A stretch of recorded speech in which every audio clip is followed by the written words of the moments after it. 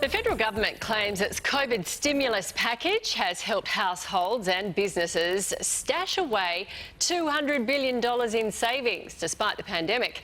Household deposits jumped by more than 11% between January and November, while business deposits grew by 17%. The rate of household savings peaked at 22% in the June quarter. Now that's compared to a high of nearly 11% during the global financial crisis. The Treasurer hopes the savings will help give Aussies the confidence to now spend as the country recovers from this crisis. Treasurer Josh Frydenberg joins me still on the beach in Lorne. Good morning to you. Are you confident that households and businesses will actually go out and now spend enough to help the country recover? Well, that money is available to be spent, and history will show that as the confidence comes back into the economy after the economic shock that we have received from COVID-19, people will spend that money. And as you say, some $200 billion is now on people's household balance sheets, but also business balance sheets, money that was not there in January of last year. Now, that money is a result of extra government support. It's also a function of increased savings as people become more cautious during a crisis, but also the health restrictions that have been put in place, particularly last year, meant that people couldn't go out and spend their money in the normal way at cafes or restaurants or on local holidays and the like. But that money is now being spent. We've seen a big jump in household consumption. We saw strong retail numbers for the end of last year, and we know that the economic recovery is well underway, with 85% of the 1.3 million Australians who either lost their jobs or saw their working hours reduced to zero at the start of the pandemic now back at work. So, Josh, it feels like we've got two stories here. We've got all those great figures that you're quoting. We've got businesses who, everyone's got a story of a business that can't get workers because they're happy on JobKeeper. And yet, we've got Margie Osmond from tourism saying the tourism sector is hit so hard. They are losing millions a week. We've got the northern beaches of Sydney, businesses that may go to the wall. We've got pockets of this economy that are struggling badly. So does the help from the government need to be more targeted here? Well, we've got a combination of both economy-wide support, so the tax cuts, infrastructure spending, the JobMaker hiring credit, the JobKeeper program, the JobSeeker coronavirus supplement, but also targeted support at particular sectors, because, as you say, there are sectors of the economy that continue to do it tough. There are families that are doing it tough right now. So in the budget, we put $350 million to boost regional tourism.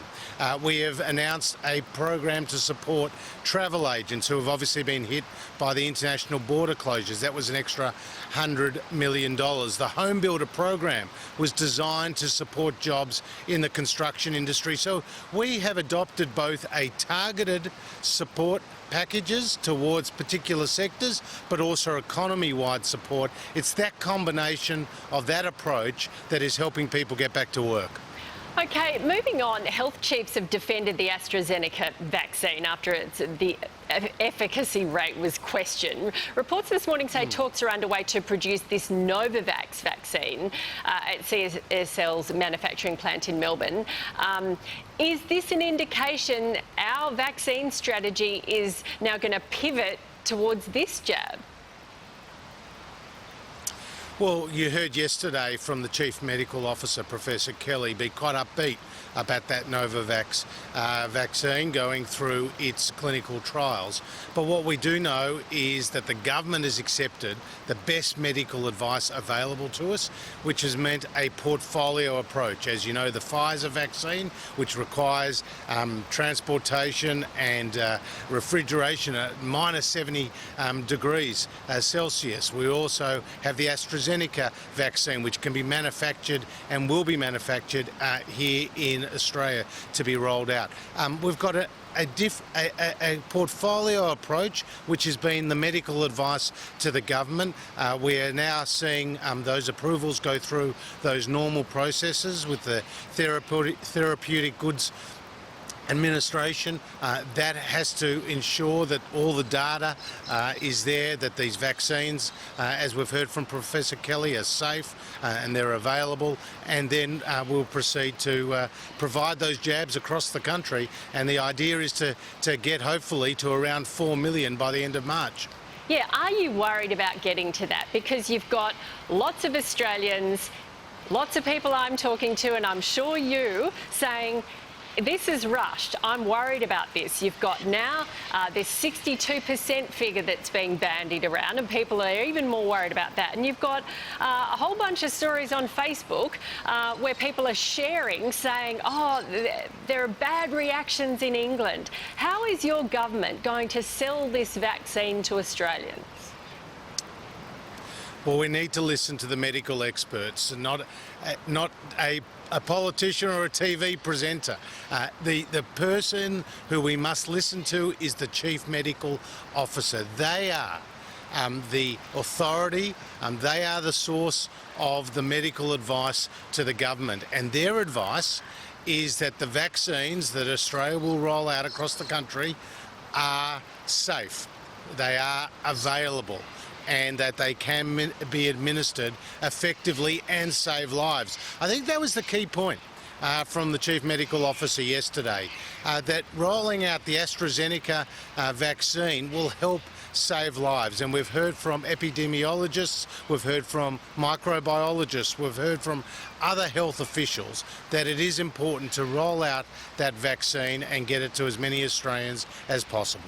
Okay, the US House of Reps is currently debating this resolution to impeach Donald Trump for the second time. This is a live look at the House floor, where that vote's expected in the coming hour.